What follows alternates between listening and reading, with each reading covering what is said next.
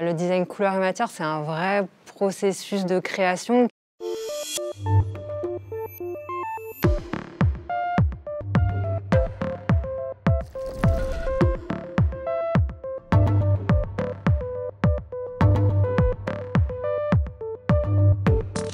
Je suis Julia Bourrel, designer couleur et matière pour la marque Peugeot depuis 7 ans maintenant. J'ai d'abord commencé en tant qu'expert décor et matériaux, et puis par la suite en tant que chef de projet pour un véhicule automobile, donc notamment la 5008 et 3008, et aujourd'hui pour un véhicule en avance de phase. J'ai un parcours qui n'est pas automobile. J'ai commencé par étudier le design textile et matière aux Arts Déco à Paris. Et par la suite, en fait, je me suis retrouvée un peu par hasard dans l'automobile avec un stage chez un équipementier. Il y avait une grande richesse des matériaux et d'innovation, et c'est ça qui m'a vraiment plu. La particularité de l'équipe couleur et matière, c'est d'avoir des profils très différents, issus donc, du design de mode, d'architecture. Et ces différents talents vont nourrir l'univers de la marque Peugeot. Au sein du design Peugeot, il faut savoir qu'il y a plusieurs entités, le design extérieur, le design intérieur et le design couleur et matière. Le design couleur et matière, c'est un vrai processus de création, et en fait, on va vraiment intervenir au démarrage d'un projet automobile sur tout ce qui va être visible dans le véhicule. Donc, travailler vraiment en co-création avec les designers intérieurs et extérieurs. La couleur, elle fait partie vraiment intégrante de notre travail, avec ma collègue qui est designer, expert matériaux, teinte de caisse. Donc elle va vraiment rentrer en profondeur dans chaque teinte et de vraiment pouvoir proposer une gamme de couleurs. Trouver la meilleure façon en fait, de traduire une émotion, un univers global. Donc, par exemple, dans l'intérieur, ça va être dans le choix des matériaux et des associations. On a beaucoup de technologies dans le cockpit, et à travers en fait, les matières, ce qui est très important chez Peugeot, ça va être de trouver la bonne équation entre des matières chaleureuses, confortables, et en même temps voilà, des objets qui vont être plus technologiques. Créer le lien pour concevoir un objet de mobilité qui va être spécifique, identitaire de la marque Peugeot.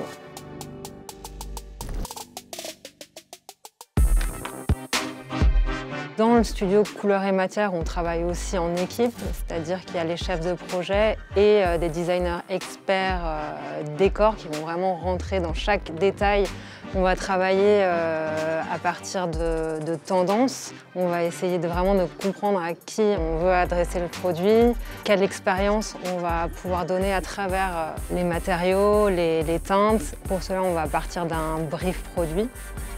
Et à partir de ce brief, en fait, on va s'inspirer de tendances plus sociétales. Donc ça va être des tendances qui vont être plus longues, à horizon 10 ans. Et après, des tendances plus courtes qui vont être des tendances, par exemple, liées à la mode, à l'architecture, à l'art contemporain, à plein de domaines, en fait, même du sport, du quotidien, qui vont en fait nous aider à créer des univers pour les réinjecter dans l'univers et l'ADN de la marque. Donc ça, c'est très important.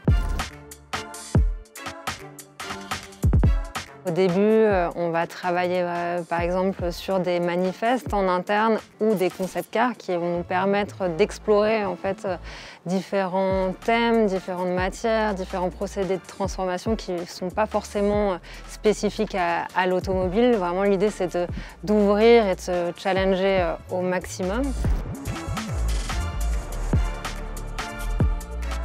Il y a différents niveaux dans l'industrialisation. Donc, il y a Un premier niveau, on va utiliser des textiles par exemple qui viennent de l'automobile mais en changeant simplement leur teinte ou leur grain.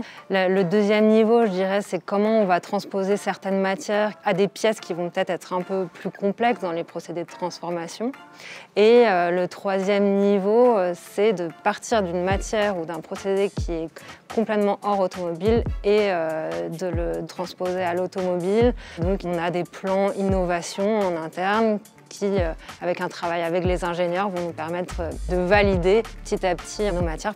Il y a à peu près 3 ans d'aller-retour entre la technique et la création.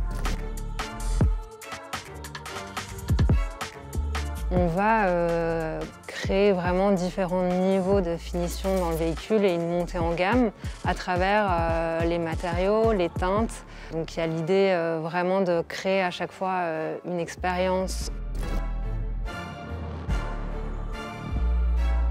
Dans le design couleur et matière, on va avoir 3 axes de recherche autour du développement durable. Le premier, ça va être le recyclage de nos propres déchets. Ça peut être des déchets qu'on a sur nos véhicules, tels que nos textiles, l'acier ou encore les plastiques. Et en fait, on va imaginer pour les véhicules futurs des façons de réutiliser ces déchets pour les valoriser esthétiquement aussi. La deuxième partie, on va travailler sur l'axe de l'allègement. Donc on va essayer de ne pas forcément recouvrir nos matières, travailler sur des aspects un peu bruts.